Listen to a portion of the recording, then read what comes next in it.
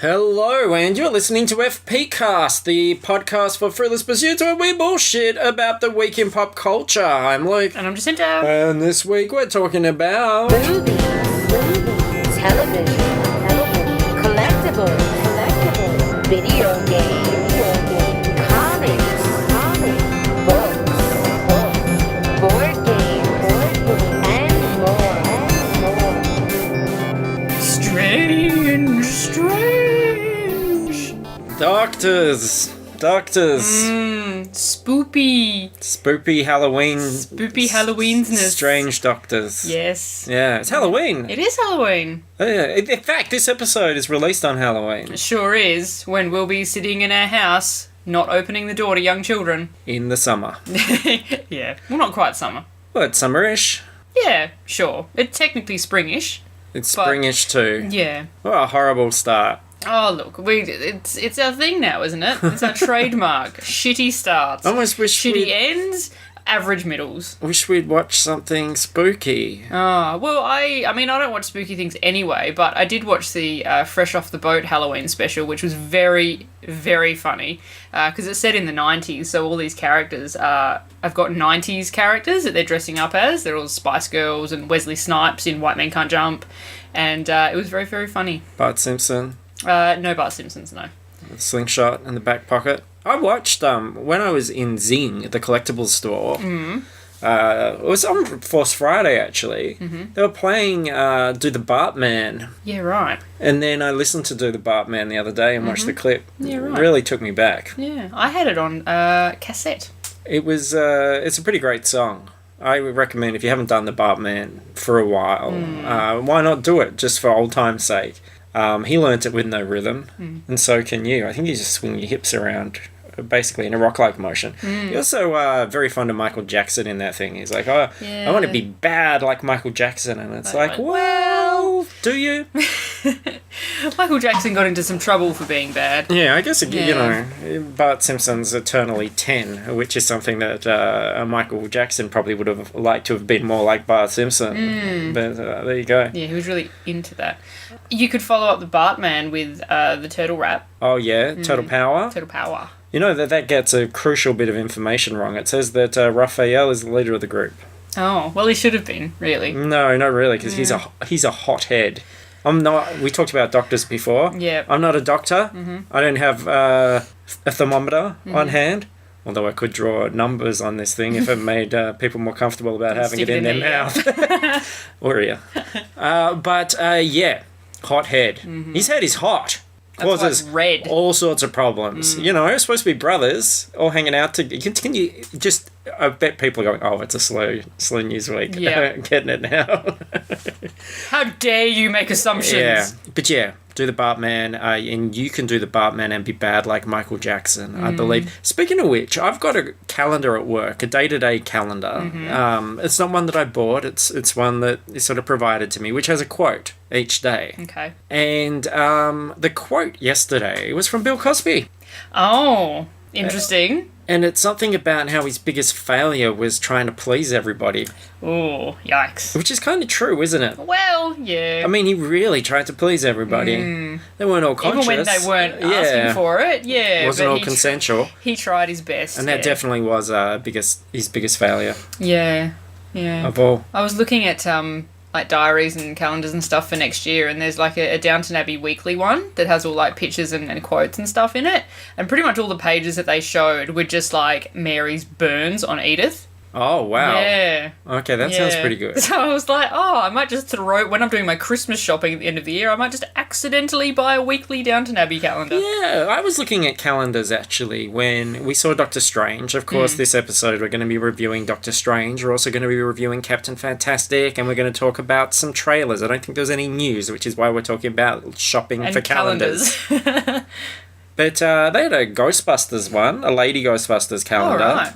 Which sort of impressed me, but then I turned it around and it was just 12 pictures and I like Kevin. Do I want a month for Kevin? Yes. Yeah, I kind of do. But no, not enough McKinnon. And I've never seen like they have a lot of unofficial celebrity calendars. I've never seen like a Scarlett or something around. I guess I've never really looked at them because they always look cheap and garbage, but Yeah. I feel like there would be a Scarlet You one. would think so. Yeah. Unless, really, she's just not allowing it. I don't think any of those celebrities are allowing it, to be fair. I love my calendar girl. It's good to know. I do. I do. I might write a song about that. No, lost Cool. it.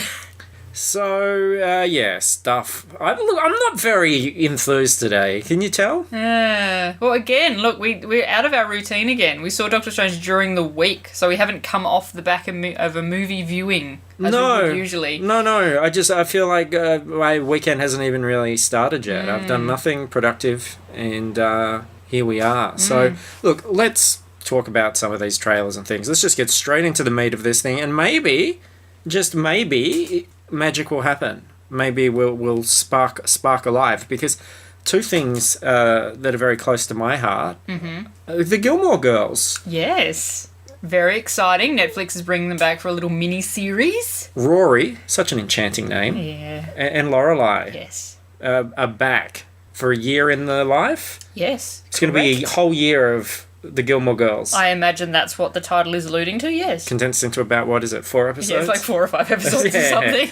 Yeah. So it's, the seasons. 3 months at a time. The seasons. Yeah. Springtime for the Gilmore Girls. I bet there's a bit of Christmas. I bet there's a bit of... I can't wait to see them in their Halloween costumes. They're going to be so, chatty and, quick-witted about their Halloween costumes. They're going to be, something a bit weird. I'm hoping Slutty Mario Brothers. Okay. Yeah. Yeah, right. But I don't know. Just a guess. No, look, I'm aware of the Gilmore Girls as a cultural phenomenon, and I've certainly peripherally seen episodes because my ex used to watch it a lot. I've heard that there are a lot of Easter eggs in the trailer from previous episodes, references and things. Lost on me. Okay. But I will say, and I don't mean to be sexist in any way. I know that's something that we have to be very careful about these days, and we're very quite feminist on this show. But I think it's okay for me to admit that I've always had a bit of a Gilmore Girls fantasy. Okay. This mother-daughter, best of both worlds, yin-yang, two sides of the same coin slot. I think it's kind of interesting. Okay. And that's okay to say, because I'm not talking about the actors and stuff like that. I'm talking about pure fantasy, and for me, television is a fantasy. I've never seen a snagglepuss or a touche turtle or something like that walking around. I've never seen a gorilla for sale, so I've never been literally bewitched. So it's just fantasy. So I'm not trying to creep out. What's her name? Alexis Bleds. Yeah, I don't know. Bed. Something Socks? like that. Something along those lines, yes. Yeah, because I'm just talking about total fantasy character. And this is the thing. When we talk about pop culture crushes and things, I've got Scarlett Johansson as Black Widow tattooed on my arm. I don't know why I'm showing you that. Yeah, exactly. I fucking know, man. I know it's there. Yeah. But, it is about the fantasy. It's not about the real person. It's about... Because I photograph models and things. It's all make-believe. It's all pretend. They're all real people. They have to buy groceries and things. Yeah, but... what's your point, buddy? That I still would. You could have said that 5 minutes ago. Yeah, sure, if you want a 15-minute show. Yeah, right.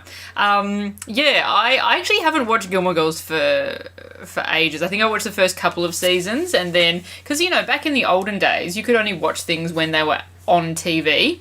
And then once the ratings started, tapering off a bit, they'd shift it to another time slot during the middle of the day, really late at night, stuff like that. So I didn't really keep up with my Gilmore Girls, but that trailer, I kind of enjoyed that trailer. It started off and I was like, oh, fuck. There's kind of a transition period with the Gilmore Girls. They have a certain way of kind of speaking to each other that you're sort of a bit like, oh, I need to adjust to this. But once the trailer went on, and then I was like, oh my god, that's Jess. I love Jess. And oh my god, that's Dean. I love Dean. And then Sookie popped up, and Melissa McCarthy had said the whole time that no one had been in contact with her to be in this thing.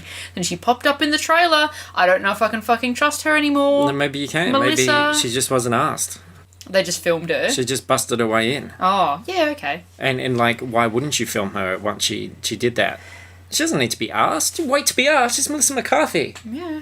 Does what she pleases. Sure. Yeah, Lauren Graham is 9 years older than me. She's 49 at the moment. Yeah. And not invisible. I could see her quite clearly. I know, that was really weird. But maybe it's because there's so many young people around her, there's like some kind of protective force field. I think it's just Netflix. Oh, okay. Yeah. Yeah. It's the Netflix filter. Yeah. Yeah, they have a special filter. Size of the screen. Yep, okay. Yeah, pretty much. Because, it's such a delicate balance with this kind of mother-daughter fantasy thing. Because, like, getting the ages right. Like, you don't want either to veer off too far in the wrong direction. It's a really delicate balancing act. A yin-yang kind of thing. It keeps me up at night thinking about it. Yeah. God, no, in all seriousness, the seriousness is not... Language. Talking. Hello, and you are listening to FPcast, the official podcast. I've been thinking a lot this week. I mentioned this to you briefly when we saw Dr. Strange.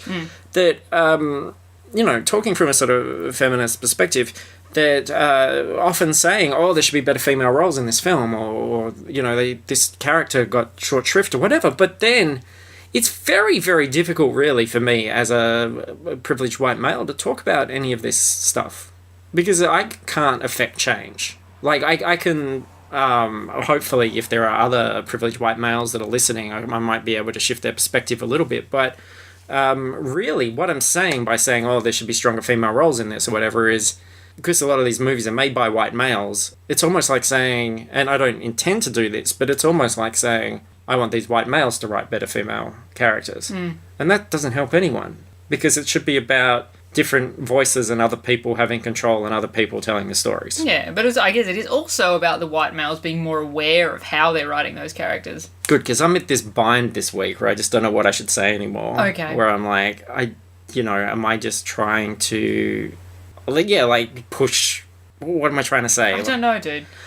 Like I'm not furthering any, I'm taking the issues and sort of making them about, not about me, because I don't think it's really about me, but I'm talking a lot. Here's another white guy going, blah, blah, blah, this should be like this should be like this should be like this. But really, it should be a lady that's saying, this should be like this should be like this, because they understand it more than I do. I haven't walked in those magic shoes, Adam Sandler's The Cobbler. Oh, The Cobbler. Yeah, but I guess, unfortunately...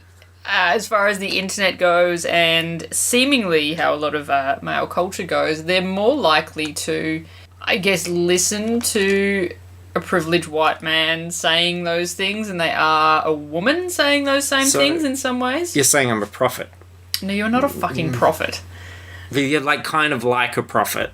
You're just like Jesus. Just like Jesus. Just like Jesus. Another handsome white man with a beard.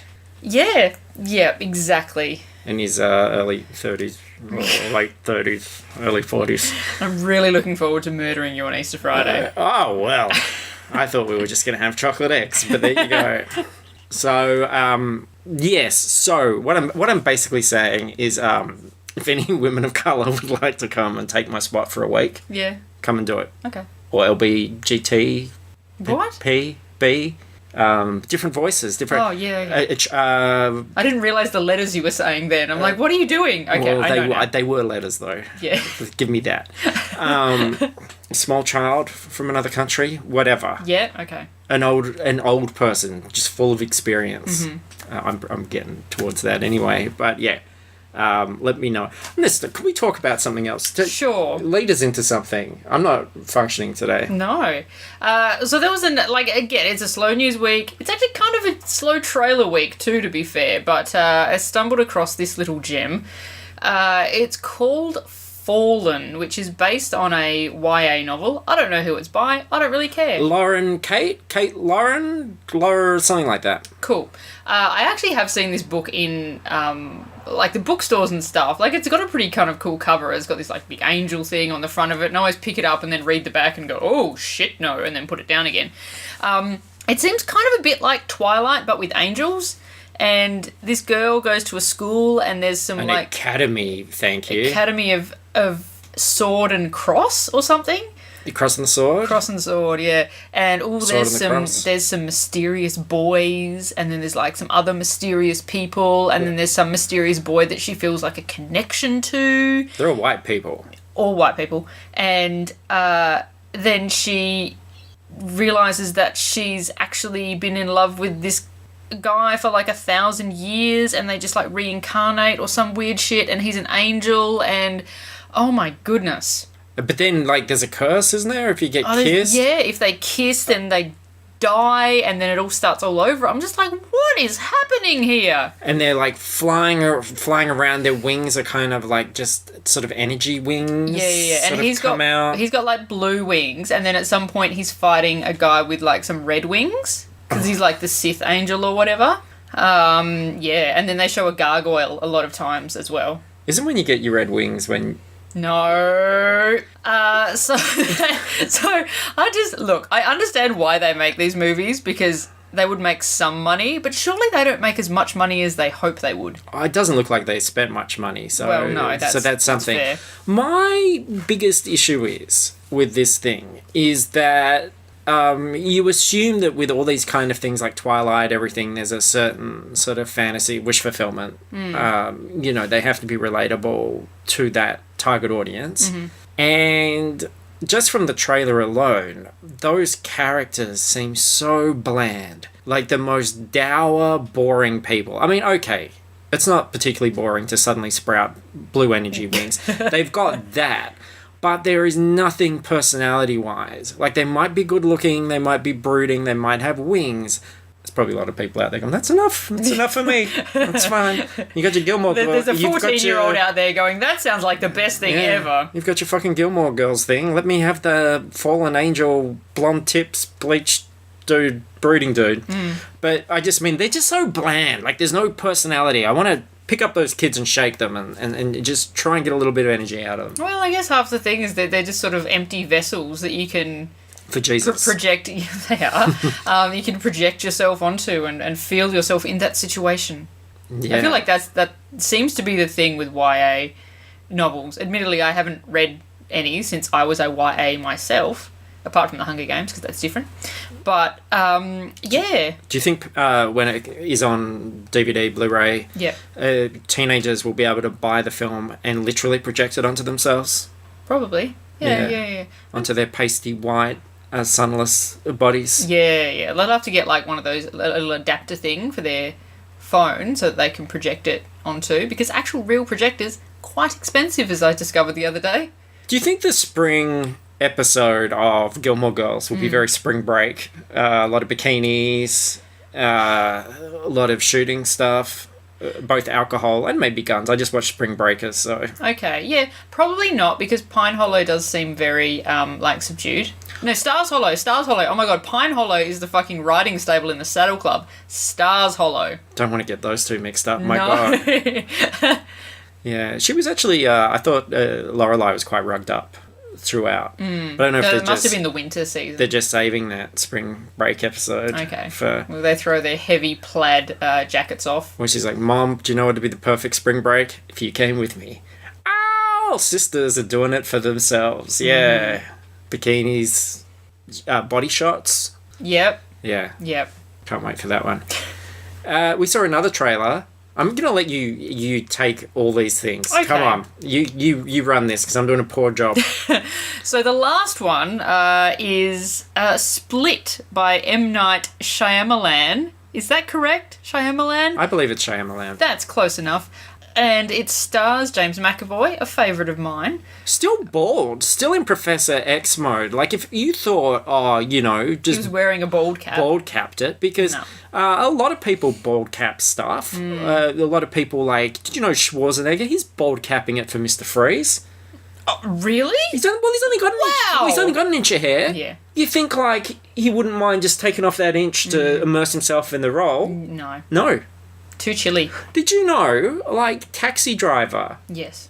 He's bald capping it. He's got a bald cap with a slit down the middle for little mohawks of his real hair to stick out. Yeah, right. Yeah. Robert De Niro. He couldn't just take it off for one of the most iconic roles of cinema history. Jesus. But McAvoy... Oh, he'll shave his nog if he has to. Mate, he's Scottish. He'll do Absolutely. whatever. He's up for whatever. And I've got to say, like, Some people suit a bald head. Yeah. Not James McAvoy. Oh, no, really. he looks like a big old fucking King Edward potato. But bless him, because he's putting the performance first. He's not about absolutely being a pretty boy angel. He's there to get the business done. And the fact that he has a bald head in this, and what we see in the trailer, which you're about to explain, makes it all the more effective and unnerving, in my opinion. It does, yes. And I think it's really great, because a lot of these celebrities, because they're all ego, as far as I'm concerned, hotheads, just like Raphael, they'd be wearing hats, they'd be wearing wigs, they'd be staying inside. He's there, he stands out there on Hollywood Boulevard, on his Walk of Fame star. I don't know if he has one, but otherwise he'd be standing on Ian McKellen's or one of his friends. He's pointing to his bald head and going, "What else you got? What else you got for me?" And they're like, "Well, Professor X, that's it, right? Yeah. There's no other bald famous. Are there any? Well, Captain. What if he played Captain Picard now? Oh my god! But isn't like Captain Picard? Yeah, Captain Picardy. It kind of has to be like a little bit sexy bald man. Yeah. I don't think James McAvoy can pull off sexy bald man. But he's an actor. What if Chris Pine's Kirk met McAvoy's Picard? Then I'd be in the very uncomfortable position of probably finding Chris Pine's Kirk more attractive than James McAvoy's Picard. I don't like that idea. What if they kissed? What if it was just a scene on the holodeck where he's like, "What have we got today?" And he's like, And he's typing in bold, thinking about something else. Hello. And then Picard comes up and he goes, looks over his shoulder, no one's around. Let's truly explore the final frontier, he says. And that won't. Could talk about. Yeah, okay, maybe. So Split is about a character who has 23 different personalities. You were paying attention. Within the one body. Yeah, I was, man. I pay attention to things. All right. His name's like Kevin or something, which sounds like a totally made up name. Like no one's called Kevin. Who's called Kevin? Nobody. No one. And yeah, so he like kidnaps these teenagers. Teenage girls. Teenage girls, yes. Hello. Yeah. And they experience all his different personalities, and they are trying to escape by appealing to, I guess, the more sympathetic. Or easily manipulated personalities. Yeah, so he's got there's one that's a woman. There's just normal Kevin guy, I suppose, or there's like an evil one, and then there's one who's like a 9-year-old boy.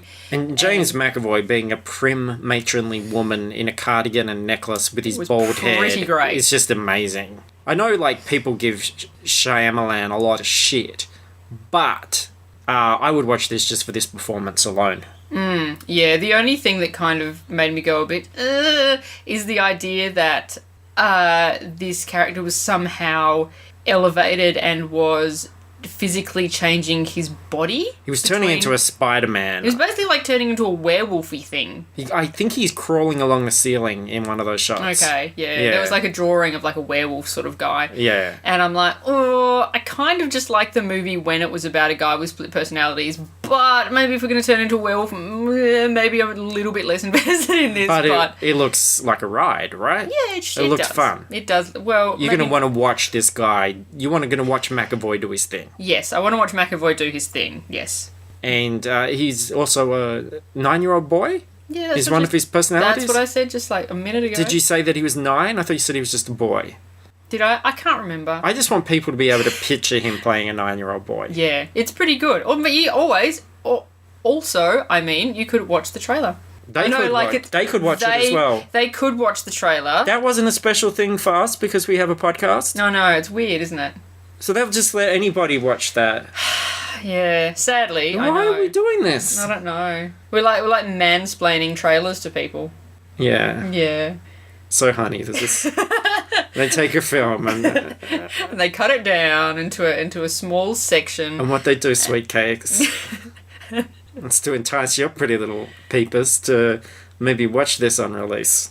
So they were the trailers. Should we review everyone here who is listening to this podcast? Yeah, has suffered through that last 20 minutes. Yeah, and who's getting just frustrated, the despairing. By us not being able to speak properly today. They all they want to know is what we thought of Dr. Strange. That's what anybody wants. You know, what did you think? Because a lot of them are like, I can't form an opinion until it's mansplained. by the prophet. Actually, there was before we get into the review, I did see someone tweet that their favourite bit of Doctor Strange is where Stephen... spoilers? No. Yep. Is where Stephen Strange mansplains surgery to the female surgeon. Oh, yeah. Yeah, that bit. I was just like, oh my god, that's so fucking true. But he is an arrogant doctor. He's supposed to be a total arrogant prick at the beginning. But that was still quite funny. Yes. Yeah. Okay. You may go. Oh, okay. I feel like our review of Doctor Strange is maybe not going to be super popular given the general responses that I've read about it so far. But I thought it was okay. I think okay is the best I can give it at this point. It sort of does definitely feel like the origin story we had to have, in the same way that Ant-Man was. You're eating your vegetables before you get your dessert. Exactly. We need to know who Doctor Strange is. We need to know the extent of his powers, what sort of universe kind of thing that he's living in, before we can then, insert him into a different team and have him use his powers in that context. So I'm not in any way going to suggest that this is a bad movie. It is not a bad movie. It is just fairly script-wise, fairly straightforward. Obviously, visually, it would be... we didn't see it in IMAX or 3D or anything like that, and I do think it would be better in IMAX 3D. But visually, it's amazing. Like, there's stuff in there that we haven't seen in a Marvel movie before, and, sure, we've seen them in Inception and other movies like that, but, it was very visually satisfying. I think the dialogue was pretty cringy in places for me. They explained a lot of things multiple times, like they assumed that you hadn't understood it or absorbed it the first time that they told you. I think Benedict looks great as Doctor Strange. Mads, I enjoyed him at first as our kind of primary villain, but then I thought maybe the character didn't really go anywhere. Mads is wasted. For the amount of time I hear people fawning over what a great actor he is, it was like seeing Eccleston in Dark World, just a complete nothing character, and by the time you get to the end, like, no one's going to be like, oh, what's his name, Castellius or something? Something like that. What about Castellius? He's not going to be one of the great Marvel villains. No. Nobody's going to give a crap. He doesn't really, like, when you really break it, he doesn't actually do much. Anything. Yeah. Really. It's something else that's kind of happening, and he's just talking about that. Yeah. Really. Like, he doesn't do anything. And it's not much of a performance. I agree for the most part. I feel like it is a pretty average movie with a lot of wonderful toys to play with. I think the assets that it has, the things that it has on hand in terms of sets, effects, concepts are really solid. I think the action and it's just really inventive. It's really creative. And as you said, it's unlike things that we've seen before. I enjoyed seeing all the relics and artifacts. I enjoyed the Sanctum. I enjoy the types of things people were using and the way they're creating weapons and shields with the magic and all the time stuff. The battles and everything were fantastic. The other thing, yes, there's the Inception stuff, but there's also some very trippy 60s other dimension-y sort of stuff that feels like it came straight out of one of those really trippy comics. And I wasn't sure if they were going to go into that realm with this film, and the fact that they did and that they pumped all that colour into it, really loved that. That took me by surprise. Really enjoyed that aspect of it. So I think it's got a lot of great toys. I think the third act is actually quite strong. It's probably the strongest part of the film. I really enjoyed the third act. I think the first act is really weak. I wasn't as engaged in that at all, and unfortunately my biggest criticism is Benedict Cumberbatch himself. I just think it's a really uneven performance, and I think that he oversells the drama, particularly in the beginning when he's bitching about his accident and stuff. It almost reminded me of Mr. Grey when he's up against the window brooding, and I think that's partly his fault, but probably a lot of that fault is on the director, because I think Benedict's pitching it at a certain level and he doesn't really realize what it's going to look like and how it's going to flow on film, and the Yep. director really should be able to look at that and pitch it accordingly, or shoot it in a way that meets the drama that he's giving it, but it just doesn't. He feels like he's really overdoing it to me.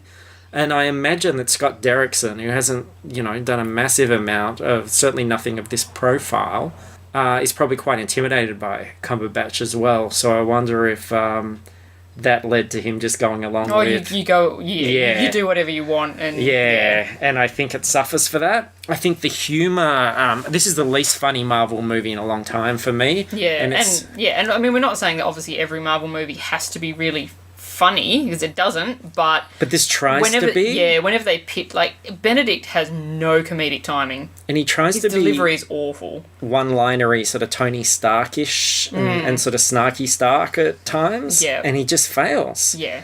And I think the biggest thing is I don't believe him as an American. He doesn't have that sort of arrogant kill. He's arrogant, but it's a British arrogant, and it's a kind of distant arrogance.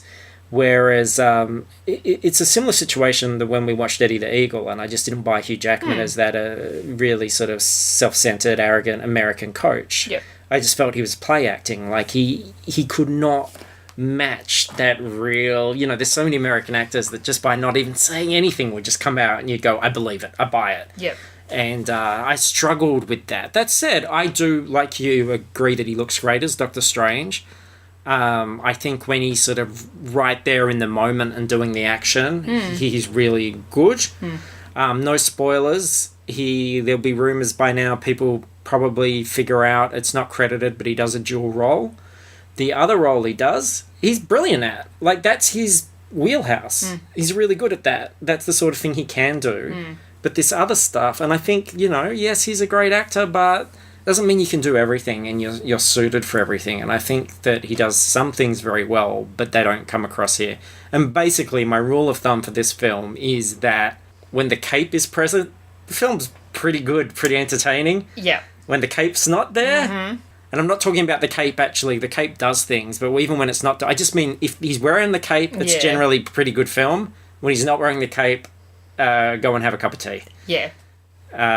So real mixed bag, and I just wish he had that charisma, and I think he'll play better as part of a team later on. But then again, it's going to be difficult for him to pitch in because he plays a lot of roles. I think the roles that people really like him in are where he's a character that's very much in control of a situation and everybody's sort of orbiting him. Yeah. And that's not going to be the case going forward in these big ensemble things. He's going to have to find a way to mesh, and Sherlock and everything like that is always about putting this division between him and everybody else. And the other guys have got such a great rapport that it'd be interesting to see how he slots in. Because if he tries to match Tony Stark with the one-liners and the snark, he's going to get fucking trampled because he's not at that level. RDJ is going to kick his ass. Yeah. He's going to have to find something else. Yeah, well, I think with the Marvel movies, even scripts aside and all that sort of thing, their biggest strength is charismatic actors. Yes, yeah, exactly. Characters. Like, that's their biggest thing. I mean, even,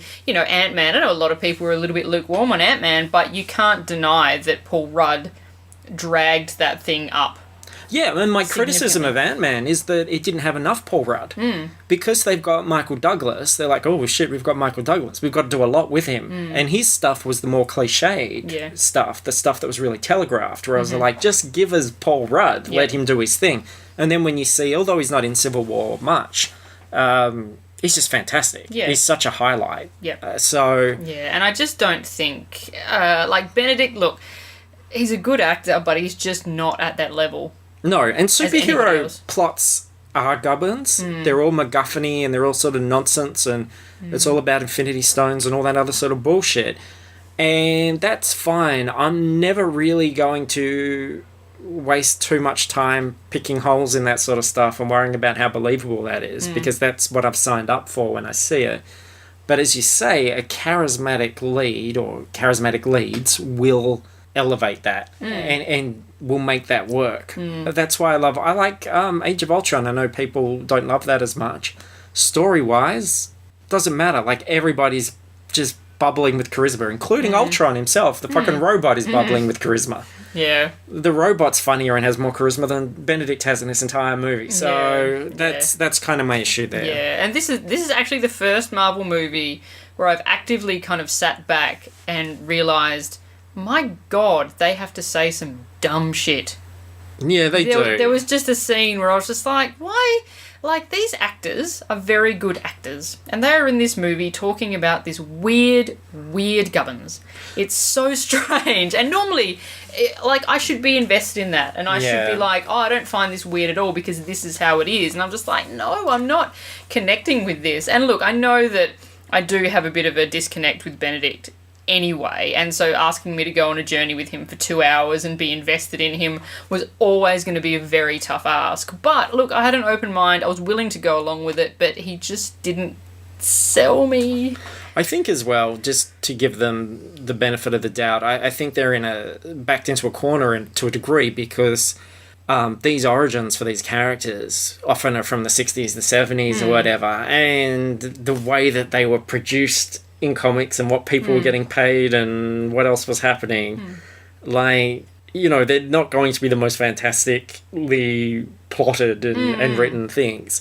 Plus, yeah, but I mean, I'm happy to go along with a lot of weird I shit. mean, they're even more cliched as well, because so many years has passed and we've seen that. And suddenly you have a contemporary movie come out and it's like, well, in order to honour this character, we do have to incorporate. So, you know, we think, yes, it's a cliche to see Steven Spirit Gum walking around with his fake beard and the car accident and that very obvious journey he's going to go on. But it's like, how can we not do this? Because we have to do it to set up the character, because that's what was written. And actually, at the start, I did think that it was paced really well. Like, you don't spend a lot, like, he's pretty much straight away into that car accident, bang, bang, bang, bang, off to Nepal. And I was like, oh, wow, this is cracking along really quickly. Yeah, and the cape comes along sooner than I would have thought as well. Yeah. So pacing is not a huge issue, which, you know, I think we've complained a lot about that in films this year. And so that, you know, that's definitely a tick for it. But, it just lost me a bit. But the great thing is, once you go forward after these origin movies, you no longer have to be so beholden to that setup from 50 years ago, and you can now take that character forward. So I think that's kind of exciting. And they're also not afraid to make, I think, significant jumps of development in characters in between movies as well. Like, it's not going to be the next day. He really could come in as Sorcerer Supreme and go, well, here we go, here I am, I've got all this experience and I'm doing stuff. Just in the same way that Ant-Man was suddenly, you didn't see him, now I've got to figure out this giant thing or whatever. He just does it. Or Iron Man 3, it's like, I'm 40 armors down the track from where I was before. So I think that's good as well. Something I want to say about the screening itself. We went to the Disney preview, which was wonderful. Always appreciative of that. A couple of things I want to mention about this. Are we ready to talk about these things? Yeah. One, we got pizza with Civil War. I was really hoping we were going to get barbecue Sorcerer Supreme pizza. Didn't happen. No pizza. But we did get a comic. And they had big piles of comics, and we got sort of random ones handed to us. Mine is the New Avengers End Times, number 31, I think. I think they might have all been New Avengers ones, because I got a New Avengers one too. Yeah. Different issue to yours. Dr Strange on the cover. It's from December 2012. And if you'd just sort of seen the Avengers movie and you were like, oh shit, let's read an Avengers comic. I love the Avengers. You can open it up and go, oh, the Avengers are Thing, Spider-Man, Wolverine, Doctor Strange, Mockingbird, Jessica Jones, Daredevil. And Iron Fist. Don't forget Iron Fist. And funnily enough, we just got a Jessica Jones collection in at work, and it has this issue inside it. So I flipped through it and went, this looks familiar. But it's missing the ads. And there's this great ad here. I think this is really cool. It's a one-page ad done in comics form. And it's actually Marvel supporting a breast cancer search for the cure organisation, Komen.org. And it just looks like a regular, if you didn't look carefully, you'd think it was just the next page in the comic. And Iron Man is building this pink holographic lady to help try and find a cure for breast cancer. Oh, interesting. That's not the primary reason that I would have thought that Tony would be building a pink holographic lady. But No. well done, Tony. And I'm thinking, so I started to look at this, and I think, well, boobs have been pretty good to Tony Stark, Yes. so it makes sense that he would invest some of his great fortune into this. That's Yep. very positive, but it gets even more positive because he says, "Gee, thanks, Holly. Look, Cap, the results just came back and I'm clear. Everything is fine. Iron Man's What? clear." And then Cap says, "We're your friends, Tony. Why didn't you tell the team? Talking about a problem is better than dealing with it alone." And Tony says, "I should have told you, but, well, I was a bit embarrassed. I didn't even know men could get breast cancer." So Tony Stark himself had the breast cancer scare. Yeah, It was right. Tony's titties that were in turmoil. And what a positive message to send through. And I mean, he probably shouldn't have been that surprised. Didn't he have, like, fucking radiation in his chest for, like, a long time? yeah, he does have a glowing nuclear reactor in between his tits. Well, yeah, you know. So, maybe that's tempting fate. But I think it's fantastic. I think, I know the internet is full of petitions. And that's because they do a lot of good. They change a lot of Yeah, things in the absolutely. world. Yeah. So, I know Infinity War, that's important. There's a lot of stuff. There's going to be like 50-odd characters. It's going to be Doctor Strange and all the Avengers and everything. But it's an important issue. Why can't we have a scene? Robert Downey Jr., Chris Evans, two men, two privileged white men that a lot of people, kids, women, everybody look up to. Yep. Why not give them 5 minutes? And I'm talking, don't put it just as a extra on the Blu-ray or something like that. Put it right in the film. Demonstrating how to do a breast exam. Have them talking about their titties. Yeah. Fine by me. Sussing it out. What if Vision put Has a program. put his hands actually in In them. through the chest, check them all. Yeah. Okay. Come on, Hawkeye, you too. What about Hawkeye Yeah. on his back, massaging his testicles and looking at the camera and going, "You'd be nuts not to check." Yep. Yeah, Okay. why not? Sure. Why not? I imagine it wouldn't go over super well with test audiences, but like, you have to be brave and have to put, new concepts and ideas out there. It's about identifying that we've said this before. People have this power through entertainment. They have a lot of eyes and ears focused on them. Also have a lot of breasts and testicles pointing at that big screen. So why not do some good for change? Yeah, Yeah. Do your part. do your part. Yeah. Check your parts. I'm checking mine now No, stop. with Jacinta. No. So yeah, Doctor Strange is a weird one. Like I feel like I kind of want to see it again in 3D IMAX, which we didn't get to see it at our screening Yeah. because I think they just gave us the wrong copy of the film. I really want to have a quick rant about this. Okay. So we get our 3D glasses. Our passes say that it's going to be in 3D. A minute into it, I'm thinking, this isn't 3D. There's no dimension here at all. I take off the glasses. Everything's in total focus. It's a 2D screening. Yeah. And so everything was really dark because we had the 3D glasses So, on. yeah. So I took off my glasses. I look around. People are still wearing the glasses. As the movie progresses, and bear in mind, this is a preview for critics and things, so these people see movies all the time in 3D and 2D. People start realizing more glasses have come off, but really, I reckon about 60-70% of the audience wore those 3D glasses until the credits rolled. For a 2D movie, cannot tell the difference whether something is 3D or 2D. Yeah. So basically, watched a movie wearing sunglasses. Yeah. So saw it totally suboptimally. As they watched unnecessarily watched the darker version, and people that we know, I saw in the fucking audience that should know better. Yeah. Sat there and just literally blindly watched the bloody thing in 2D wearing 3D glasses. Yeah, That and astounds me. It's such a shame, given the how colourful the movie is, to watch it with dark glasses. It just on. astounds me. I don't get it. And we've seen this happen before when I bitched about this when we saw Attack on Titan, second part, where even the movie theatre couldn't figure out whether something was 2D or 3D, and told me all sorts of gubbins about it afterwards. And I've also seen Watchmen in IMAX, which had some leftover 3D glasses in a box at the front, and people wore those all through a 2D movie as well. So it's like studios spend money on the conversion. People pay a premium for 3D tickets, but they don't know, like, whether... I just think...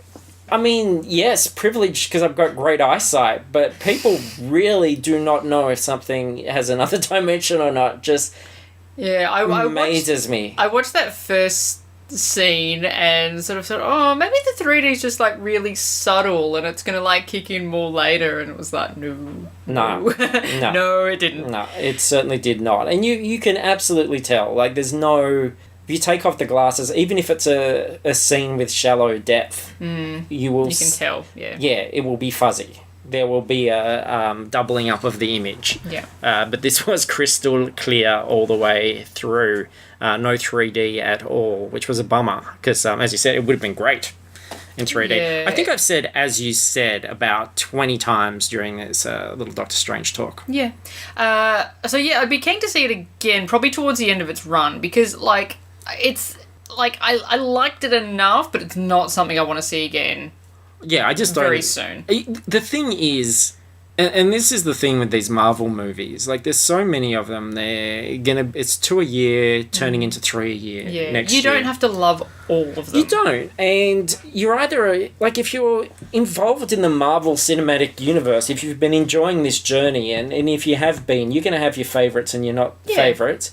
You'd be fucking crazy not to see it. Of course, go and see it. Oh, yeah, You'll for sure. be entertained. It's another chapter in the story. That said, though, if you're not a watcher of these films, this isn't going to make you a fan, I don't think.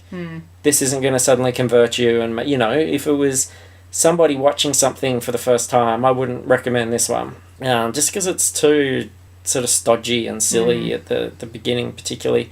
Anyway, that was Doctor Strange. We got the little clip for Guardians 2 on the big screen. That was cool. Next year we got Guardians 2, Thor, Ragnarok, and Spider-Man Homecoming. So that's cool. Everything's looking up a Marvel. Yeah, so Thor finished filming this week, so maybe within a couple of months we might have a little teasery trailer or something soon, which would be exciting. It is not far away. I mean, Guardians comes out in April. That's not that far away. Yeah, I'm excited for Guardians. That's one that you would suggest people watch. Exactly. If you've never seen one of these movies and you want to sort of be surprised and... Yeah, because see, Guardians and Doctor Strange have that kind of similar thing where they feel removed almost from that normal universe, and they do expect a high level of suspended belief, but I think Guardians just does it so much better. Guardians just gets into it. I love that. Like, look at how Rocket just turns up, and the fact that you hear the conversation before you see him. Yeah. Like, and then he's just there, and he's a character, and it's just on. There's no, alright, we better explain how this raccoon got here and everything. It just says, look, just fucking enjoy it. Yeah. Just be part of it. And that's, movies used to do that. Star Wars does that. Star Wars just goes, here's a fucking Wookiee. We're not going to have to talk about... We will now that we get the Han Solo origin movie. Yeah. But before then, it's just a Wookiee. Just deal with it. You get it, right? He's big, hairy. And you go, oh, okay. Like, so he's muscle. He's the bodyguard. Yeah. Oh, and he flies the ship. Sweet. This guy's great. Done. What else did you need to know? Nothing.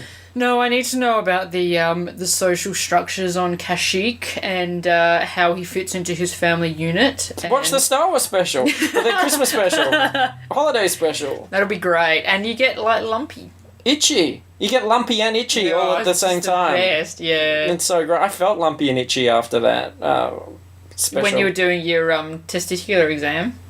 Yes. Yeah. With Jeremy Renner's Easy Step video. Right. So moving on to other films, Captain Fantastic. This is another superhero adventure? Yeah. It's Captain America's cousin. Captain Fantastic. Like off-brand cousin. Yeah. Yeah, How does yeah. Mr. Fantastic feel about that? Pretty emasculated, I imagine. Oh, probably, yeah. Well, I mean, he just didn't want to be, I guess, in the military, so he just never took on that mantle of captain. So he's just Mr. He's a civilian. He's Mr. Fantastic. Mr. Fantastic. Yeah, but this is Captain Fantastic. So, obviously not a superhero movie. So this is like a Sundance film, and a critic favourite, and everyone had been talking about how wonderful it was and all that sort of thing. Critical darling, do you think? I believe so, yeah. And stars a man that I would like to have seen play Dr. Strange. Oh, he would have been amazing. Vigo Mortensen? I want more Tenson. Yeah, Mortensen, yeah. Of my muscles! I don't think that I have ever seen a bad performance from this guy. No, he commits. Oh my god. So this is about like a family that lives out in the woods and stuff. I would not have been surprised if this was just like a Tropic Thunder kind of thing where he just went out and lived in the woods and they'd filmed around him. He would have at least probably lived in the woods for a couple of weeks before filming this, because that's just the sort of guy he is. Yep, yeah. Well, so he's sort of anti-establishment. Yeah. So he has his kids out in the woods. The mother is not there for reasons that are explained later, and he teaches them how to, be very sustainable. They hunt for their food. They, basically live off the land, and teaches them how to defend themselves. Yeah, teaches them how to defend themselves, and they're extremely book smart. Like, they are very intelligent children, as far as things that they have read in books. And he has a very strict code in the sense that he won't lie to them about anything. If they ask a question, no matter how age inappropriate, he will tell them the truth. So they know all about sex and drugs and violence and everything. Yeah. And then some things happen, and then they have to go back, I guess, into the real world as such. And not everyone's a fan of this lifestyle that he's created for these young, impressionable people. Yeah, so there's some conflict with the grandparents, and there is some conflict that must be resolved. And I think for the most part, I think that's bold when a film does that. Has conflict, conflict and then they resolution. Try and resolve it. It's just, I can see why the critics loved it. That's why they're dancing in the sun. So unique. Yeah, this one I feel very, very conflicted about, because I really love Vigo. Anything that Vigo's in, he commits, he does a great performance, and so I do enjoy watching him. But there's just a point where I feel like the movie is asking me to root for this guy who I am slowly discovering that I quite heavily disagree with the way that he's doing a lot of things. And I feel like the movie is still expecting me to continue to be on his side. Do you think that? I don't know. I think I'm unsure about that. Well, that's why I say I'm conflicted about it, because I so many people have gone, it was amazing and I loved it and it was beautiful and uplifting and stuff, and I'm like, but all this fucking awful shit happened, and you kind of... Yeah, I know. I think it's intended to be a challenge. I think it's intended for us to be challenged by it and to think, and I think there's a sort of pros and cons that go through there. I think it's very clear, like, the movie does quite explicitly show the damage that he's caused. And I think it goes towards a resolution which isn't necessarily in his favour either. I think it does put the film puts the children first. Yeah, I feel like the ending is takes it quite easy on the whole situation. Yeah. I feel like there should have maybe been more consequences than there were, but, that wouldn't... It just felt like at the end there was like a literal golden glow over everything, and I feel like that's not at the place where things should have really been ending. But... You wanted to see him do hard time. I feel like there were things that happened in that movie that he probably should have gone to jail for. And yeah, like there was just a point in the movie where I sort of realised that I'm pretty sure this guy would be an anti-vaxxer. And then there was no coming back from that for me. Yeah, I really didn't feel the movie had an agenda in terms of supporting his lifestyle or anything. I think it was he probably reflects quite a few extremist minority views out there, and it's sort of explored that and took it through to some interesting conclusions of, well, you know, if you're this steadfast about these things, what is the consequence, and how do people, what effect does it have on everybody? You know, there's a certain ripple effect happening there. Look, I enjoyed it. It's well made. It's definitely a very well put together film. I can see why it's getting lauded. There wasn't enough in there for me to personally sort of hook onto or identify with that made me love it. I came out of it going, oh yeah, but that said, I did feel like in the coming days I reflected on a few of the scenes and thought about some stuff fondly, or thought, oh shit, that was pretty nuts, or that was a really crazy visual. So...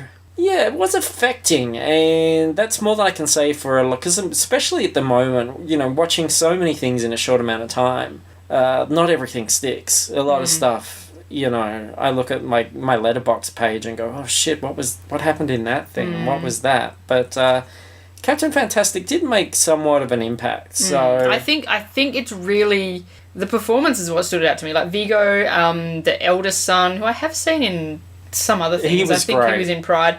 The other the middle son. Some of the, like, for a kid of, I don't know, what, 11 or 12 maybe. See, even just hearing you talk about that, you're reminding me of stuff, and I'm thinking, oh, that was really good. Yeah, he was amazing. Like, for a kid of that age, the stuff that he was doing, just some of that emoting. I was like, fuck, there's adults that couldn't do that as convincingly. I think maybe that's the thing that we can best get across to listeners if they are not particularly familiar with it, is that it wasn't the film that I thought it was. I sort of watched it not knowing a lot about it, and immediately you realise, oh, this tone is so different to what I was expecting because of everything they're wearing. It looked like a Wes Anderson thing from the poster. There was going to be a Royal Tenenbaums kind of sort of, you know, bleak but dry comedy drama, and it's really more of a drama. Yeah. And the opening will... I won't spoil The opening anything. sets the tone Yeah, very the much. opening will set you up for that, and depending on how you sort of react to that, I guess is going to set your expectations for the rest of the film. But yeah, it's something that it's not going to be in my top 10, but I'm glad I saw it. Yeah, like it's a very nicely made movie, but the last third for me, I personally struggled with a little bit, which is not. Yeah, I don't know. Like, that's just me bringing my values into. But that's good. I think thing. that's a sign of a successful movie in a way, because you were invested enough to have a strong opinion about what was happening, and there's not a huge amount of movies that allow you to do that. Dr. Strange didn't make you do that. You didn't go, oh, that mads, or I don't think that this should, you know? I went, poor Rachel McAdams having to deal with all this bullshit. Yeah. Poor fucking Rachel McAdams. I thought she was a mean girl. Yeah. What happened? Well, she had to deal with Stephen Strange. That's her punishment. I'm telling you, if anybody is feeling dissatisfied about anything that's come out, or just not sure, just watch The Greasy Strangler. Nobody has yet on our forum said, oh fuck, I just watched The Greasy Strangler. Holy shit. Because I'll know if people watch it, because they will say something. Yes. Yeah, I recommend, well, not recommended it to a friend. I just said, can you just watch this movie? Just do it. And he messaged me on Twitter and said, I'm about half an hour into The Greasy Strangler. And I'm like, yeah, you are. Yeah. You will have a reaction. Because quite a few people watched Tickled and contacted me and went, oh shit, this is... wow. Pretty intense, yeah. Yeah, and either had a, like, oh, this is making me angry, or this is amazing, or whatever reaction, but no one has bit into the Strangler yet.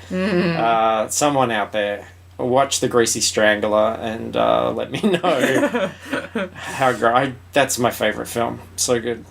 So good. Yeah. Star Wars Episode 8, The Greasy Strangler. They just have like a cantina scene, and then he just like walks across in the background. Suppose you think I'm the Greasy Strangler. No, not really. Bullshit artist. Alright, so I guess all that's left is talking about Westworld. Yes. Which I will probably be pretty brief, because I don't think it advanced a huge amount. But we will be talking spoilers about Westworld Episode 4 in our segment that we call Fuck Yeah Westworld. So if you don't want to be spoiled on that, and if you haven't watched it, don't spoil it. Like, go and watch Westworld because it's great. Then we'll leave you here. So thank you very much for listening. Go to fruitlesspursuits.com to find out about all we're doing. There's links to the iTunes, to the Facebook discussion group, to our Facebook page, which you can like, all that sort of stuff. And yeah, we appreciate all those interactions very much. It's great to be in contact with you guys. And if that's all cool, then Westworld spoilers start. No. Did you rewatch it? I didn't in the end, no, because I watched Captain Fantastic instead. I was hoping that you were going to be able to lead this because you just watched it. No, I didn't. But I don't think it didn't really advance a significant amount. Like, old baldy black-wearing man went and found the girl with the snake tattoo. Yeah, the man in black found the girl with the snake tattoo, who is a host that's from... is she new or from an older storyline? I imagine from an older storyline, because she has she's killed all the bad guys and then tattooed herself with their blood or something, which is like the most fucking unhygienic thing ever, and how she is not dead, I don't know. Pretty badass though. Yeah, and she's got one more left, which is the head of the snake, which is on her face. Yeah. That's so badass. I could have it. No, you couldn't. So that's where he's going along with her to find this maze thing. The maze, yeah. So he wants to go in and go to the deeper level of the game. Well, okay, so we speculated last week, I was saying about, I feel like there's this urge to sort of, you've been there for 30 years, you want to like, push it, you want to break it. And that's kind of what he said. He said that... he wants to see how it ends. He's been here, he's done it all. He needs to read the last chapter of the book. He needs to that enlightenment. So that was interesting. Anthony Hopkins threatened that lady. Yeah. And, we sort of saw there's a bit more to his machinations. I've heard people say, well, he's evil, but I don't know, I think he's kind of pragmatic. I think if he had a really huge evil plan, wouldn't he have done it by now? Yeah, exactly. As far as the finances of the park go... Look, I'm glad you brought that up, because that's all I really care about. That's all I really want to talk about, because they are the things I remember, because I'm still trying to unravel how this thing works, how it's cost effective.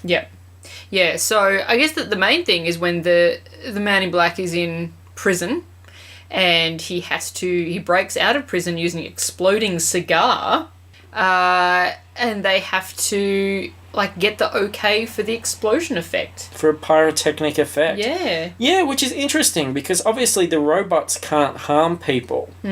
And this, we assume, extends to animals and things as well. Now, in the Westworld movie from 1973, a snake bites one of the characters. Oh, okay. And it's like, oh shit, that's not supposed to do that. These robot snakes can't do that, but it does. So it's one of the first signs that things are going to shit. So I can understand that. I don't know how even a robot horse might be programmed not to hurt somebody, but if you throw yourself in front of one, can you get trampled? Well, it won't just suddenly fly into the air, or maybe it will. Well, it would just go off to the side, wouldn't it, surely? It'd just get out of the way. But what if it didn't have time? I don't know, it's a robot. It probably can do whatever. But you can still get blown up by real explosions. Yes. You could get run over by a cart. You could, yes. So there's lots of ways, I still think, to die in Westworld. So you would hope that the death of a guest is going to be an issue at some point. Because I feel it's still a really dangerous place. I'm realising this more and more. So we go... Well, there's lots of cliffs and stuff like that. Yeah. If you fall off the cliff, you're really falling off a cliff.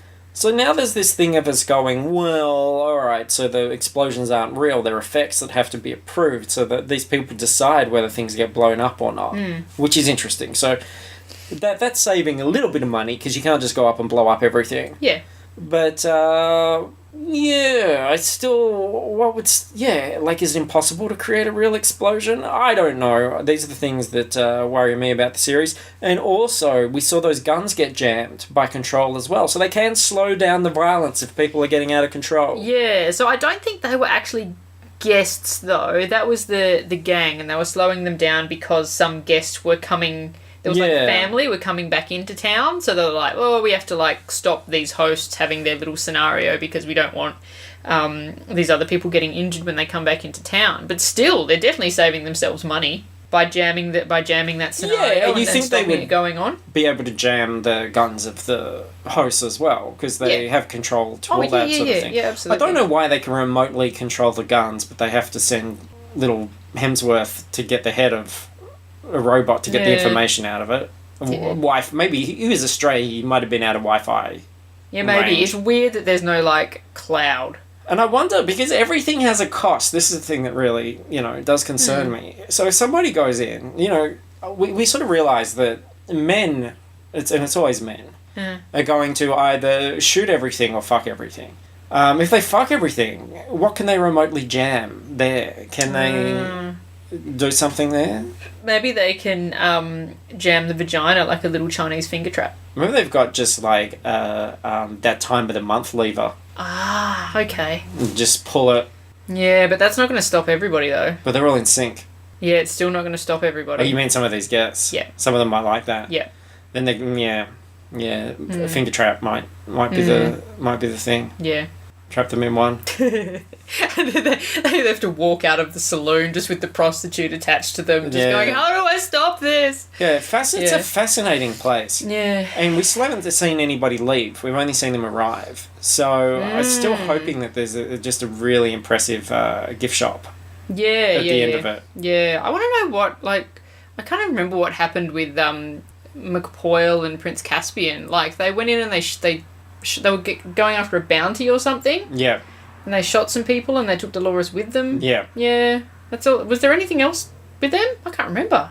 I don't remember. It's not a very good segment if we don't remember. Yeah, no. Well, no, that's the thing. This episode was just felt like a little bit of a nothing episode. The real thing was the Man in Black and the jail breakout and the cigar exploding in that dude's face and that kind of thing. Prostitute remembering. Yeah. And she's going to get the thing cut. She got the guy to cut it, and he wouldn't cut her, and then he just started cutting herself. Yeah, and then there was the bullet. Yeah. And she had the bullet in her.